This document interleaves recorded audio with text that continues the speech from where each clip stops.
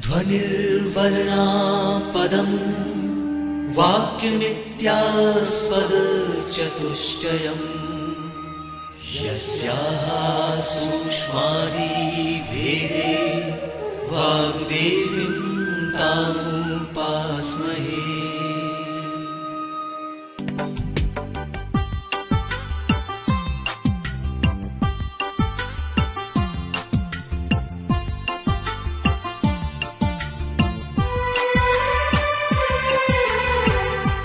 The Electronic Media Production and Research Center, EMPRC, of Madhya Pradesh Bhoj Open University presents an audio program on visual impairment. This audio program will be useful to the students of B.Ed Special Education Program.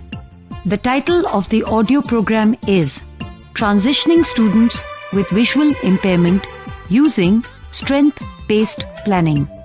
To deliver the lecture on this topic, we have invited our subject expert, Dr. Nora Griffing Shirley. She is a professor in the program of special education at Texas Tech University in Lubbock, Texas, in the United States of America. This audio program recorded, edited and presented by Amar Bahadur Yadav.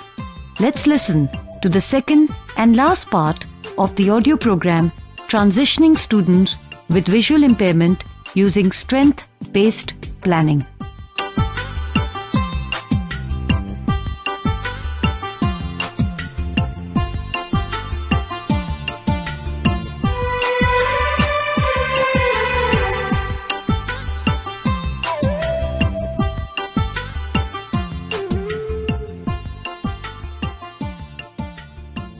Hello students, today we're going to talk about transitioning students with visual impairments using strength-based planning, Part 2. This is the role of the Orientation and Mobility Specialist in transition of students with visual impairments in the United States of America. But let me go ahead and introduce myself again. As I mentioned earlier, in Part 1, I am a professor in the Special Education Program in the Department of Educational Psychology and Leadership of the College of Education at Texas Tech University at Lubbock, Texas, in the United States of America. In addition, I also coordinate the Orientation and Mobility Specialist Program and teach students in the Generic Special Ed Program and the teacher of students with visual impairments and in the teacher of students with deaf-blindness. In addition, I am the director of the Virginia Murray South Center for Research and Education in Visual Impairment. I have been teaching in a university system for over 20 years.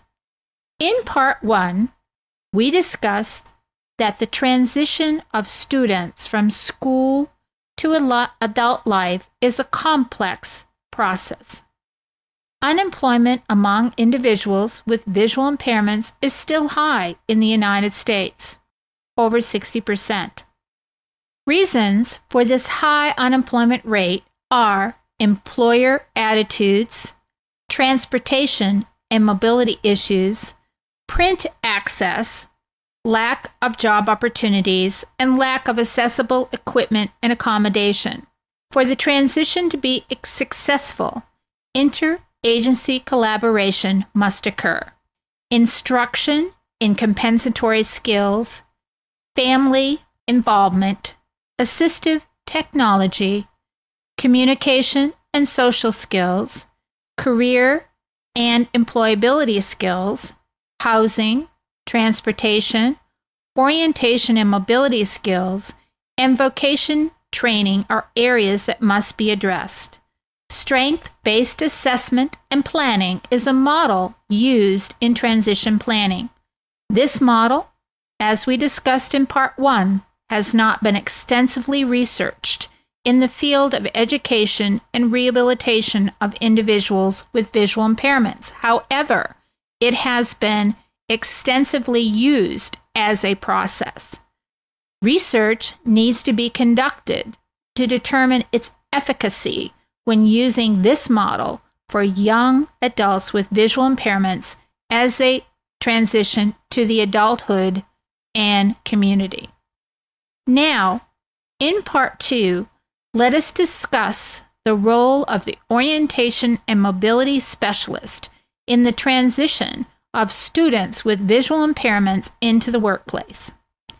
The objectives for today's lecture are to identify the role of the orientation and mobility specialist and to state strategies the orientation and mobility specialist can use to assist with the transition of students with visual impairments to work.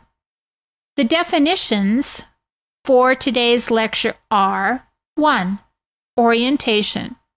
Orientation is a person knowing where he or she is in his or her environment. 2. Mobility. This is where a person is traveling from one place to another, maybe from his home to school or from school to work. 3. Orientation and mobility specialist is a person who teaches orientation and mobility skills to students who are blind or visually impaired. Let's first look at an important study identifying the importance of orientation and mobility to people with visual impairments. This study is titled A National Outcomes Assessment of the Rehabilitation of Adults with Visual Impairments and was conducted in the United States by Drs. Bill DeLon, Rick Welch, and Williams. The Rehabilitation Research and Development Center of the Atlanta Veterans Administration Medical Center in Decatur, Georgia, the Department of Blind Rehabilitation of the United States Department of Veterans Affairs, the National Accreditation Council for agencies serving blind and visual handicapped, and 17 state and private agencies serving persons with visual impairments participated in this study. The development of a database and functional outcome measures and a satisfaction survey to measure the efficacy of rehabilitation training on adults with visual impairments was the focus. The product developed from this effort was called the Blind Rehabilitation Services Functional Outcome Survey, known as BRSFOS for veterans, and called BRSFOSN for non-veterans or those veterans without a disability, as well as the satisfaction scale, Blind Service Rehabilitation Satisfaction Survey for veterans, which is known as BRSSS, and BRSSSN for non-veterans.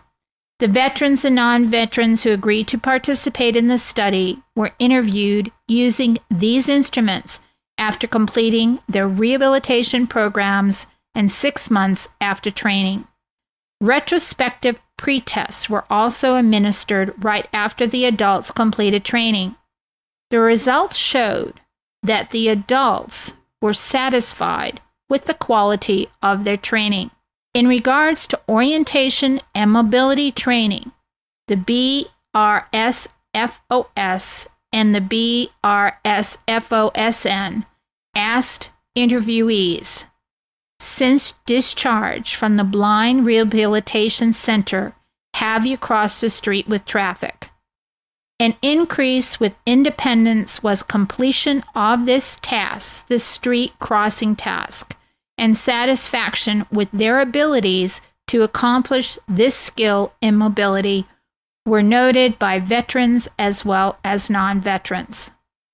The use of this assessment tool is still being used at the Veterans Administration Blind Rehabilitation Centers nationwide.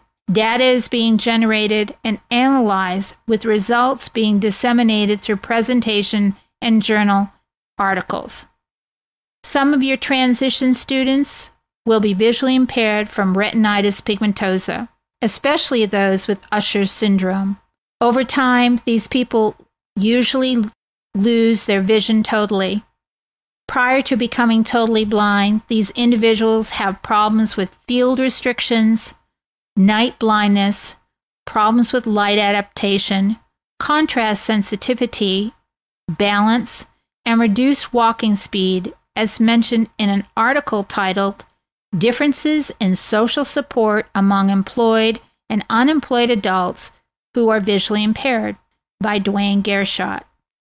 Due to these problems, adults with RP may have the following orientation and mobility problems: moving from a brightly lit workplace to outside where it is a cloudy day, drop-off detection, in other words, picking up stairs and curbs, walking from sunny into shady areas, traveling at night, bumping into pedestrians and objects, and using more mental effort to travel in new areas than people with sight. Interventions to assist adults with retinitis pigmentosa to travel more safely and independently are use of a long cane, change walking speed and visual scanning based on the environment a person is walking in, use of low vision devices such as reverse telescopes, Fresnel prisms, spectacle mounted prism, and sunglasses, visors, and hat, because remember, they have problems with glare. Use of light sources, flashlights, handheld, video camera lights, wide-angle mobility lights, and night scopes for night travel. Making environmental modifications such as painting edges of stairs and curbs with a contrasting color. The O&M specialist can use assessment tools such as the Visual Efficiency Scale in the Teacher's Guide for the Development of Visual Learning Abilities and Utilization of Low Vision by Barriga, and the Diagnostic Assessment Procedure in Program to Develop Efficiency in Visual Functioning by Barriga and Morris, and spatial concept tests to evaluate students' spatial and perceptual concept development. If the assessments identify deficits in a student's spatial and perceptual abilities, then his orientation and mobility specialist can plan lessons using curriculums such as Beyond Arm's Reach by Smith and O'Donnell, published in 1991, that have been developed specifically to improve spatial and perceptual concepts. When providing O&M services to transition students, there are times when it is more appropriate to conduct group lessons. For example, in South Africa, where there is a great demand for orientation and mobility specialists, and many people with visual impairments need orientation and training, group lessons have become a model of service delivery. One-on-one training is still provided, especially for those individuals who need extra practice and attention. In orientation and mobility training with small groups, Higgety and Williams discuss some of the benefits of group lessons in South Africa. They are: 1, they are cost-effective as many students are seen at once. 2, students can problem-solve strategies together, share ideas and successes they have had while traveling, and identify resources they have found beneficial. This sharing can improve student self-confidence, which leads to more independent travel. 3, more lesson content was covered. 4, it provides students who have felt isolated due to their vision loss an opportunity to make friends. However, some of the disadvantages of group lessons that the authors noted were: groups need to be chosen very carefully. More equipment is needed. The instructor is often required to lead long lines of people. In the beginning, the students often find it difficult to walk in pairs. Students who miss many lessons either hold up the group or have to drop out of their orientation and mobility group lessons. Students undergo a slightly longer period of training than they would have with individual lessons. The instructor must be well prepared and alert. Routes need to be selected carefully. Groups can crowd an area because they want to see what the children are doing with you as the orientation mobility specialist, which can cause a problem. And finally, students may become dependent on each other rather than learning the orientation and skills that they need to learn by themselves. When conducting group lessons, it's important to choose the groups carefully following the assessment process. To ensure successful experiences for group members, the orientation and mobility specialist needs to look at students' needs, language preference and abilities, their emotional status, and their ability to work in a group. Assistants can help with group lessons by providing hands-on instruction while the O&M specialist is demonstrating a technique to the group. Stand at unsafe areas along a route and ensure safety while the group members are walking. When conducting a group lesson, the O&M specialist will engage in verbal, practical, and tactile instruction. For example, use of tactile maps to explain a roundabout. In the United States, one-on-one training is generally used. However, group lessons for the teaching of sensory development, human guiding techniques, discussion of safety issues and techniques, use of mass transit have been conducted. In some rehabilitation settings, group lessons are very common for teaching all aspects of the orientation and mobility curriculum. According to Miller's article, the role of orientation and mobility instructors and rehabilitation teachers in enhancing employment opportunities for persons who are visually impaired, he stressed the role O&M specialists has in assisting an adult prepare for employment.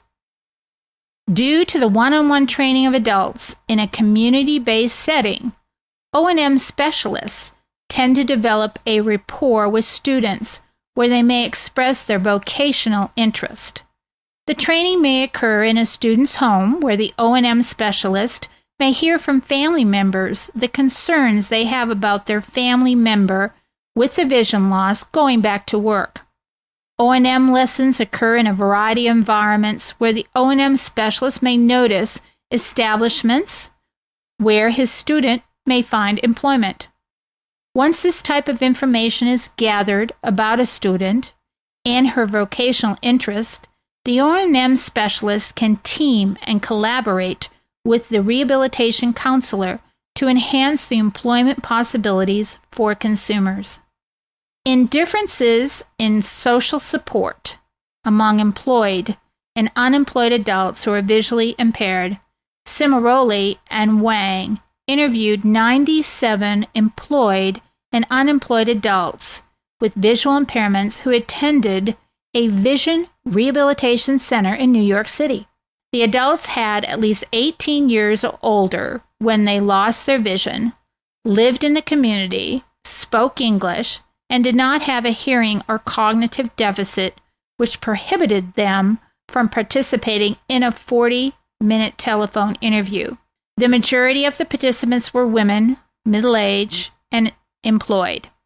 42% were Caucasian, and 66% had college experiences or degrees.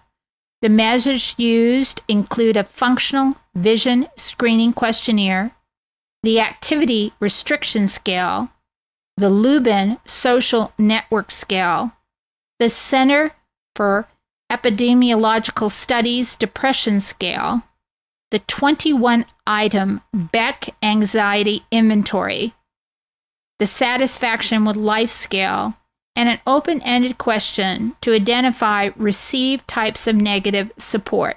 such as, could you please describe aspects of your social support system that are not helpful to you or that upset you? Employed adults in this study felt less overprotected and reported less negative exchanges with their social networks than unemployed participants. In addition, the employed participants with visual impairments had higher levels of social support, higher education level, reported better health, were less functionally disabled, and had lower levels of anxiety and higher levels of life satisfaction than the unemployed adults with visual impairment. The male and white participants were more likely to be employed than other study participants who were visually impaired. Golub interviewed 22 employers of adults with visual impairment by telephone. The employers represented 11 states and were employed in not-for-profit organizations, for-profit, and government agencies. The purpose of this study was to develop a model of successful employment for people with visual impairments that illustrates the responsibility of both the employer and the employee. 7 steps for the employer as well as 7 steps for the employee to take for the model to work. The steps for the employer to take are: 1. Core values flow from the top down, viewing diversity as a must for an organization. 2. Employers must provide the tools people with visual impairments need to do their job. 3. Provide accessibility and accommodations to all work activities. 4.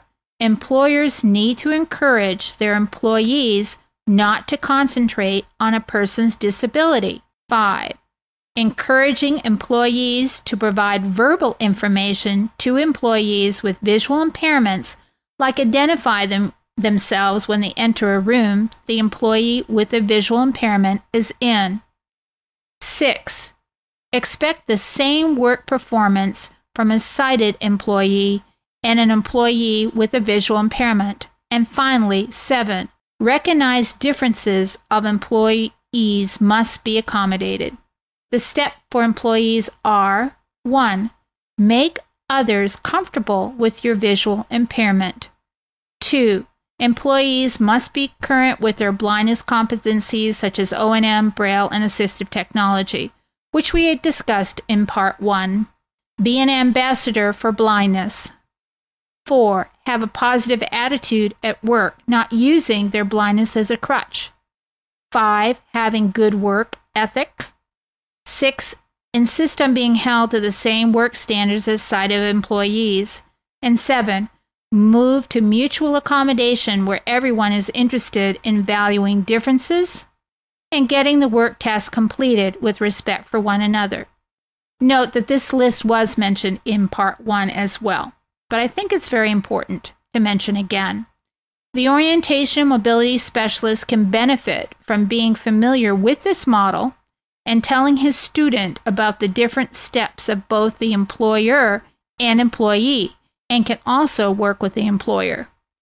Hames and Guest, in their article, The Relationship of Vision and Psychological Variables to the Orientation and Mobility of Visually Impaired Persons, they suggest that when assessing the orientation and mobility skills of adults with visual impairment, an orientation and mobility specialist can look at the person's preferred walking speed. If she is high-stepping, overstepping, their balance, bumping into objects, veering, how often the specialist needs to intervene are specific areas to be looked at. When evaluating the person's walking speed, a human guide can walk with the student telling the guide what speed he prefers to go. This can be compared to how fast the student walks without the human guide, then calculate the percentage between the two walking speeds. Hames and Guest also advocated for studies investigating the development of clinical vision tests to develop a model to determine the level of functional orientation and mobility performance of people with visual impairments, and to look at the personality traits and intelligence of these travelers to account for the variance in the travel abilities of those who are exceptions to the model. In other words, if the model predicted a person with a severe visual impairment to be a poor traveler, and he is a great traveler, what personality traits can be attributed to this person's travel ability? Testing the percentage of a person with visual impairments' preferred walking speed in real environments, their binocular vision measurements in varying illumination conditions, visual field, and contrast sensitivity were also suggested by these authors. Over the years, occlusion of adults with visual impairment with low vision has been used by O&M specialists when teaching orientation and mobility skills, including in the workplace. When we talk about occlusion, we're talking about using a blindfold. This practice has been controversial. Occlusion has been accomplished through the use of blindfolds and low vision simulators. Jacobson, in Orientation and Mobility Techniques, stressed the need to refrain from using a blindfold or occlusion, as people with low vision should be trained to use their vision to the fullest extent possible, rather than try to prepare them for total blindness with the use of occlusion. Other instructors use the blindfold or occlusion to teach non-visual skills, sensory development, street crossing procedure, and cane usage. If students are open to the use of a blindfold or occlusion, it can be a very valuable training tool. Its usage can give students a large repertoire of visual and non-visual techniques so they can handle any travel situation. Certain situations may warrant the use of partial occlusion. For example, Joe has RP, retinitis pigmentosa. He is having problems with depth perception and night blindness. Joe has chosen to use a white cane for identification and safety. He uses a verification cane technique developed by the Blind Rehabilitation Center of the Department of Veterans Affairs in Palo Alto, California. During his orientation mobility lessons, he uses a blindfold that reduces his vision so he can learn the skills necessary to become proficient with his cane. Joe exclaims, "The occluders are helping to gain confidence in my ability to remain safe while I am walking with my cane. I used to trip and stumble over many things on the sidewalk. I do not do this any longer. I can still see where I'm going with the occluders on. This helps with orientation." Remember, we talked about the fact that in occlusive settings, a student might be asked to use a blindfold, which obliterates total vision, or a low vision simulator, which allows the student to be able to use some of his remaining vision. Some teaching strategies orientation and mobility specialists can use when providing training in students' workplaces include provision of an orientation to a new workplace, including the evacuation routes. For this orientation lesson, you may want to verify with the company's owner when it would be the best time to conduct the lesson. A tactual low vision map may be used. If initial familiarization lesson occurs other than during the regular business hours, it is also important to have lessons during the student's workday, as travel will be different when it is busy. 2. If a student has been working at a company prior to his vision loss and is coming back to work after rehabilitation training, then the student can develop a tactual map of what he recalls the layout of the building was prior to actually going there. You can then take the map and verify its accuracy, or both of you can get together to complete the task. 3. Have your student develop a list of orientation and mobility concerns when he goes back to work. These may include transportation to and from work, co-workers' attitudes towards him being blind, training others how to do human guide and other helpful tips to assist him in the employment setting. Once the list is developed, have a discussion about how to handle each concern. Identify resources that may be helpful to alleviate these concerns. 4. Let your student assume a major role in identifying the assistant with the O&M he may need from co-workers. Discuss any issues that may arise from this situation and have the student problem solutions. 5. If there is another person with a visual impairment who works in the same company as your student, then see if the two individuals would like to meet and talk about concerns your student may have about going to work there. 6. Role play how your student can handle situations you and he may have having difficulty with. Teaching a coworker sighted guide, for example. 7. Discuss options for transportation to get to and from a student's workplace. Taxi, bus. Develop lessons where the student explores each option and decides what is the best one. 8. Discuss with students alternative plans if things go awry. For example, Andrea's cane breaks when she's crossing a street from the bus stop to her workplace. She asks a fellow pedestrian to go human guide into her workplace. She has a folding cane in her desk for occasions such as this. 9. Have your student job shadow another employee who does the same job as your student will do to become familiar with the workplace routine. Have your student keep a list of the orientation mobility concerns she has follows her future coworker. Discuss and identify solutions to these problems with your student. 10. Assist your student in planning an orientation session for the company's employees. During this orientation, your student can demonstrate technology she uses for orientation and mobility and to complete her future job task. Teach human guide and discuss the need for all materials to be in an accessible format. 11. Have a meeting with your student and her rehabilitation counselor to see what concerns the counselor has about your student's orientation and mobility skills. Prioritize these skills, work on these skills with your student, and then have the student report back to her counselor about her progress.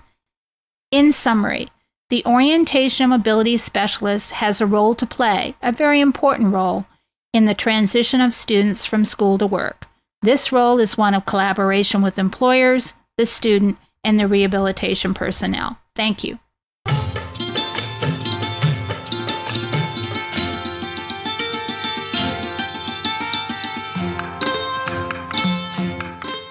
You were listening to the second and last part of an audio program, Students with Visual Impairment Using Strength-Based Planning. The subject expert and speaker was Dr. Nora Griffin Shirley. The announcer was Vinita Bhatnagar. This audio program was recorded, edited and presented by Amar Yadav. This program was produced by the Electronic Media Production and Research Center, EMPRC of Madhya Pradesh, Bhoj Open University.